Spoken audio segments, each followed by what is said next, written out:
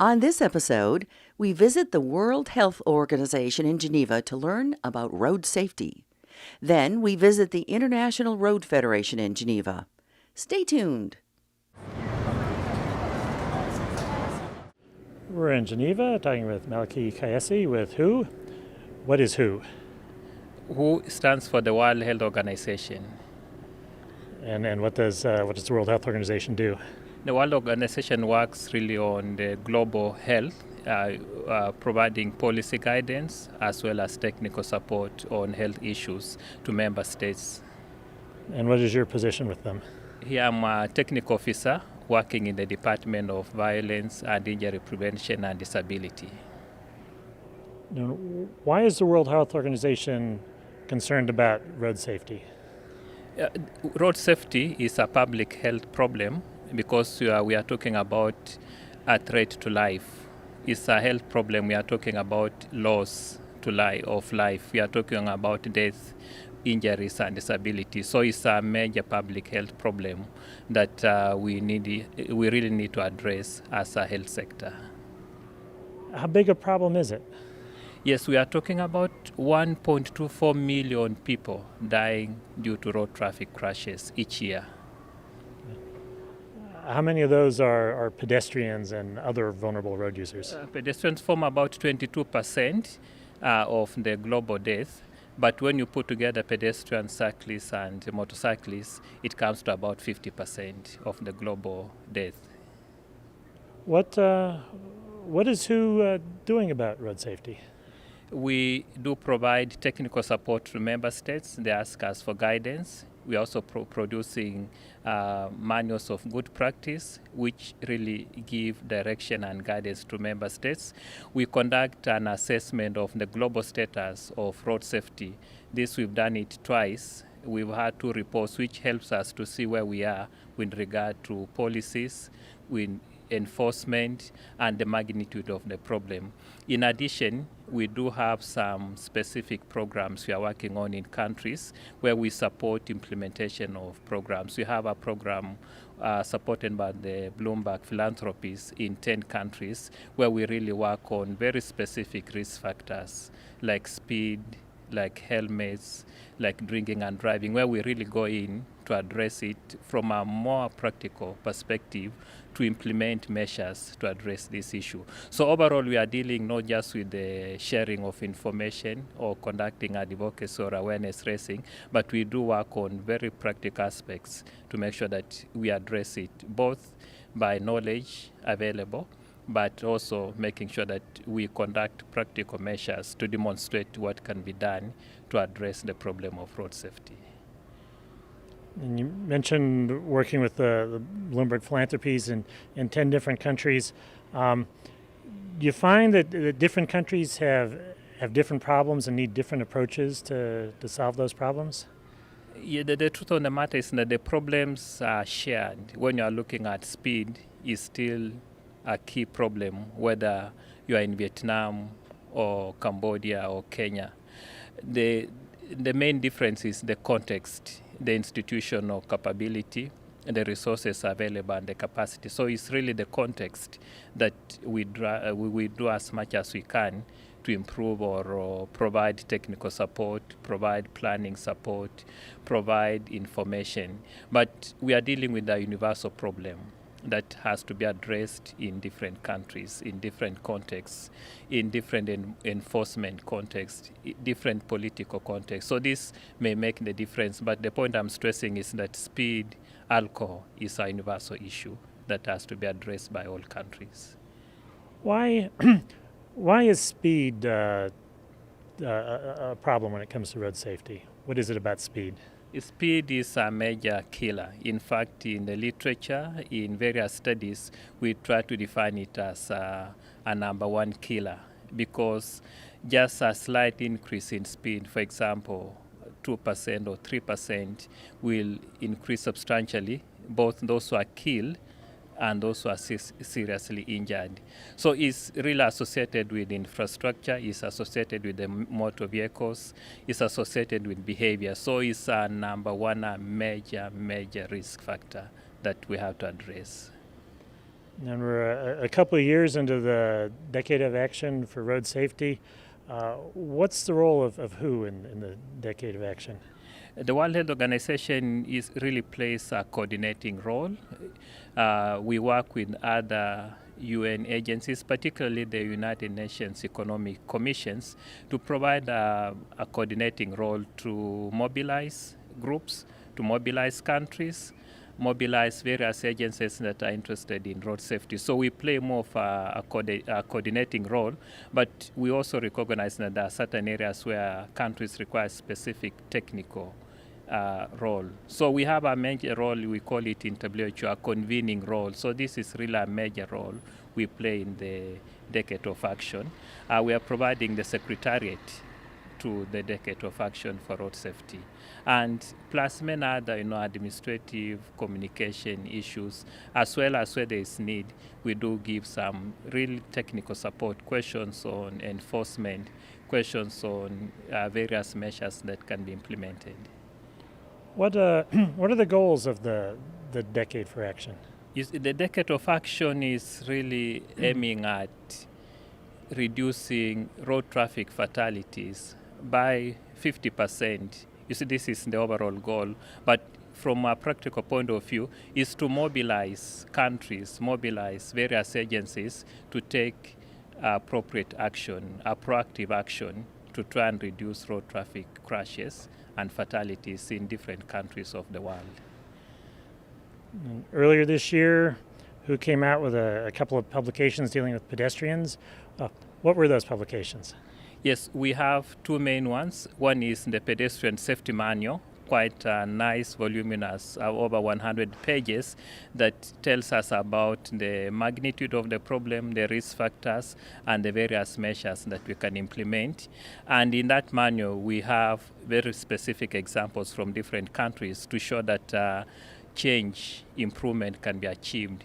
In addition to this manual, a huge over 100 pages, we have a small advocacy document that is talking about making walking safe. So it summarizes the information you have in the manual, but very precise, very targeted, which can be used for advocacy. So we call it an advocacy document. We have these two main documents. In addition to this, we produce the Global Status Report on Road Safety, which is not just focusing on pedestrians, but it does cover aspects on pedestrians, but provides additional information on the global issues or global status of road safety. So these are very useful documents to us. So we have two specific pedestrian. We have the overall road safety global status report, and we do have one or two others that has come out related to the area of legislation, not specific to pedestrians, but it does cover things that are relevant. So you can actually see we do a lot in generating and sharing information that can be used around the world. What sort of things can be done to make conditions better for pedestrians? Yes, we begin with a very basic issue that walking is so crucial. Just even for this interview, we walked, and everybody really is participating in a way, initiates or part of his trip involves walking. So if you look at it that way, we need to make walking safe by providing the necessary infrastructure. This would be a sidewalk that separates pedestrians from motorized traffic. So it's so crucial that we provide this. So there are several engineering measures separating pedestrians, making it easy for pedestrians to cross the street. These are really the crossings that we talk about, reducing speed through traffic calming measures. Then we have enforcement measures that should complement this, and awareness raising or educational measures. So it's a whole package of measures that we need to initiate. Sometimes the question is, where do you begin? We really strongly argue that we need to begin somewhere. If there's no pedestrian sidewalk, let a city council, a government really begin with that. There are some rules that can be enforced, drinking and driving or speed enforcement, the government, any government should be able to do something. So basically I'm underlying the fact that there is something each one of us can do as a state, city level, national level, subnational level to improve pedestrian safety anywhere in the world. Even an institution can do something. So this really, we cannot talk of lack of what to do. It could just be a question that we are not doing it. Speed, we know is very important for safety, but sometimes when you improve roads, the dirt road finally becomes paved. Sometimes there's a natural inclination for speed to increase. What can be done to avoid that happening? That better roads might lead to a reduction in safety just because speeds go up. In fact, you are raising a common problem that any time we have improvement in the road infrastructure, improvement of roads, either new roads or renovating old roads or maintaining them, we see almost ushering in of high rates of crashes. So it's as if it's a price that society is almost accepting that anytime you improve the road, then we have to almost accommodate. But you are simply saying that we shouldn't really tolerate this kind of thinking. Any new road really should include adequate infrastructure and measures for pedestrian safety. For sure, many low and middle income countries that are commonly known as developing countries are investing substantially in road infrastructure, which is necessary for the economic development as well as social. And of course, even politicians, use this to argue that they're developing a country, which I acknowledge is important. However, these don't have adequate infrastructure for pedestrians. And there are many, many examples. You know of the development aid or loans that are going into improvement in infrastructure to improve connectivity or connection in these countries, but they don't have adequate measures. There are many examples we can give of Africa where we see roads that are being developed, but we are just concerned that road safety is not adequate. We see several roads in Asia, in South America. So we are concerned that road development should not be done at the expense of pedestrian safety and road safety. So this is why you see us saying that, look, don't just look at access mobility. The typical planning or engineering model where the shortest distance is crucial. You must reach your destination within the shortest time possible and with the least effort. We call it the shortest distance. Now, this concept, pervades so that speed is almost naturally built into the design, the thinking, the planning. And you are saying, no, look, engineers, listen to us also. There is road safety. We need to harmonize, reconcile between safety, accessibility, and reachability of places. So the bottom line is that we cannot compromise safety at the expense of access in transport planning. So the roads we are seeing, the infrastructure we are seeing need to be rethought.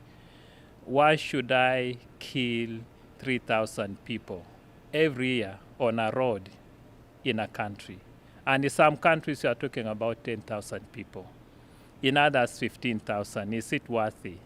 What economic development are we talking about if it's leading to death? More medical care, more social impact. There's a big problem. There's a question we need to raise with that kind of development. Now, this is what we are talking about from a health perspective, that economic development should not be achieved on the back of road safety. We're in Geneva talking with Ian Webb, who's Director General of the International Road Federation. What is the International Road Federation? Well, John, the International Road Federation is an association of companies and government agencies that are obviously interested in roads. It's been around since 1948, and I guess it's fair to say that it's one of the leading international organisations in this space. And just what do you do for your members? In the past, it was always thought that our members would get benefit by our being advocates for them. But in point of fact, that's no longer really what we do. Our job really is to work with governments on getting progressive developments on transport systems. So the idea of our going out and being a lobby for big road builders is really a thing of the past. It doesn't happen anymore. And how has your perspective changed? It's not just big roads anymore. What else do you look at? Well, we're interested in safer roads and better transport systems for the community, and that's where you come in, because a lot of what we do is actually about pedestrians and about amenity, safer, faster, cheaper, more efficient transport, and integrated transport systems, not simply cars and trucks. So when countries modernizing its transportation system, how might they do things differently today than 20 or 30 years ago in terms of bringing pedestrians and other users into the picture when they build roads? Well, we've seen huge change in those last 20 or 30 years. 20 or 30 years ago, when IRF was, say, 20 years old, 60 years old now. 20 or 30 years ago, our function was all about building more roads. We didn't have safety systems, seatbelts hadn't even been thought of, let alone speed cameras or drink driving laws or safety for pedestrians. Pedestrian crossings 20 or 30 years ago were pretty elementary things. So all of that has changed, and we've seen enormous change in the services we provide for pedestrians, especially in developing countries. So in the United States, Europe, Australia, the UK, we're seeing a very different world for pedestrians, not simply in safety but in amenity and their access to public transport. That unfortunately has been matched with a huge increase in cars in the third world, so that road safety and access to pedestrians in places like India is now a huge problem and swiftly rising from about the 6th leading cause of death in India to the point where within the next 20 years, certainly maybe even within 10 years, it'll be number 2 or 3 cause of death in India. Now, when you think of the size of a country like India, to have road accidents rise to something like the 2nd leading cause of death is tragic, and most of those deaths are pedestrians. So we've made huge progress in the developed world. We've got a long way to go in the third world. What's the impact of that on a country, not just the deaths, but the people who are injured, perhaps permanently disabled? Well, the numbers, as you're suggesting, multiply, because if you talk about the number of people actually killed on the roads, it's one figure. The number of people permanently injured and the effects on their family and the loss of the breadwinner, all of this is catastrophic. Other aspects to that, unfortunately, are that in the developing world, the access to ambulance services and hospitals and immediate medical attention is a big problem. So a huge number of people, pedestrians, die on the roads in the third world that would live if they had been struck by a vehicle elsewhere in the world. IRF has become more aware of this. Do you find your members are also becoming more aware of these issues? Oh yes. For example, we have one of our largest members, most active members, is India. The chairman of IRF Geneva at the present time is an Indian gentleman. The Indian government's giving this a huge priority. I mean, if the sort of numbers and the sort of catastrophe that they're facing is calamitous for India. So this really, it would be very hard to exaggerate how important this is, and they see it as important. And so we publish, for example, we're about to publish another set of road safety cards that are issued to children in schools, teach them about road safety, how they should cross the road, how they should look, how they should behave. And also that's combined with stuff such as trying to encourage people, if they see an accident, to actually stop and give assistance. As I mentioned, one of the greatest problems is not simply the accident, but whether they can get immediate help. Unfortunately, in large parts of the third world, when there is an accident, people don't stop and render assistance. So that's something that we've got to include in our programs, and we're very active on that. So, for example, quite recently, we suggested to the government of India that they should change the legislation so that if you do stop and you render assistance to a person who's been hit by the side of the road and that person unfortunately dies, you cannot be sued by the family for the fact that you rendered assistance. So the problem with a lot of this is that people feel that they'd face an issue of liability, and so they don't render assistance because they think that they could be held responsible if this person happened to die or be permanently injured. What do you see coming up in the future? Well, it'd be interesting to say that what I see is more of the same, but I don't. I think that just as we've seen a huge change in the last 20 years, as we've moved to integrated systems and integrating public transport with motorised vehicles and trucks and so forth, just as we've seen that, I think that we're on the edge of the biggest change that we have seen in transport for 100 years. We are on the edge of saying goodbye to the automobile as we know it. That's a huge statement. It's often believed that we've made huge progress in the last 100 years, and of course we have. We've made great progress in areas such as communication. We've made huge progress in areas such as education and health and things of that nature. But we haven't made huge progress in the fundamental things about how we live and how we transport ourselves. You've got to remember the internal combustion engine was invented 100 years ago. We've all been flying around now for nearly 100 years. We've all been driving automobiles for nearly 100 years, and they're almost exactly the same as they were 100 years ago. And we sort of live with this and we expect that that's the way it's always going to be, but it's about to change.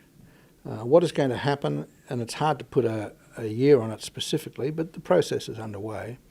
What is going to happen is that within the next 10 years, 20 years for sure, we're going to see the large-scale introduction of driverless technology. Driverless cars, driverless buses, driverless trucks.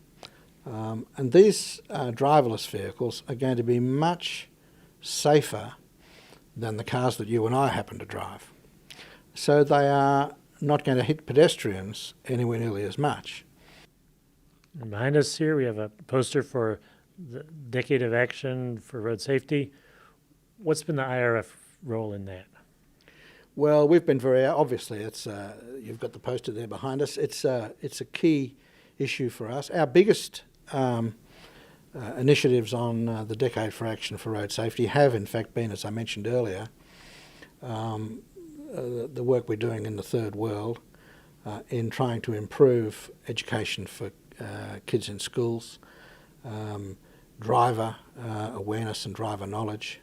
But you need to know that in that, the relatively cheap access that the whole world now has to motor vehicles, so that anyone can buy one, and just about anyone can go out on the road and do their bit. But unfortunately, the infrastructure that should go with that is very, very expensive and simply is not available in the third world. even in the developed world, and again, most people are not aware of this, they imagine that even in the developed world, when you go out and have a car accident, it's because you're a bad driver or you were drunk or whatever.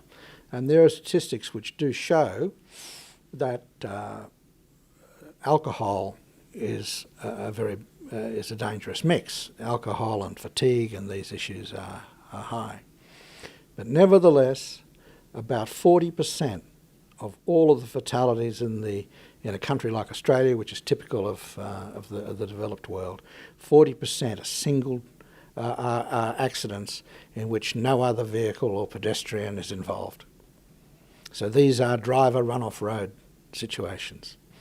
And of those, many of those accidents are due to the infrastructure that the driver is driving on. So for example, on major freeways, if we had sand runoff areas on the sides, these guys, when they go to sleep at the wheel, would just drive into the sand and they'd live. So our infrastructure plays a huge part in our fatalities, not simply for the pedestrians who are unfortunate enough to be struck by these guys, but the fact that the infrastructure does not save the driver. And of course, that's something that our governments don't say too much about, because the cost of fixing that is enormous. But we have picked all the low-hanging fruit. To return to the point that I made a moment ago, having picked the low-hanging fruit, it is not the time now for us to try and improve seat belts. Not that I don't think that's a bad thing, but we have other priorities. It's now too hard for us to make big improvements by building better speed cameras, by improving signage, by improving road barriers and all this kind of stuff. The cost of that is too great. If I had to work on how I would spend the world's billions now, it would be on two things. Educating people in the third world to avoid the pedestrians being struck and killed on the roads, and that's a community education thing, and that's a high priority. And the second is to bring on the driverless car, because that will save more people's lives than anything that we've ever done. Visit us on the internet at www.pedestrians.org.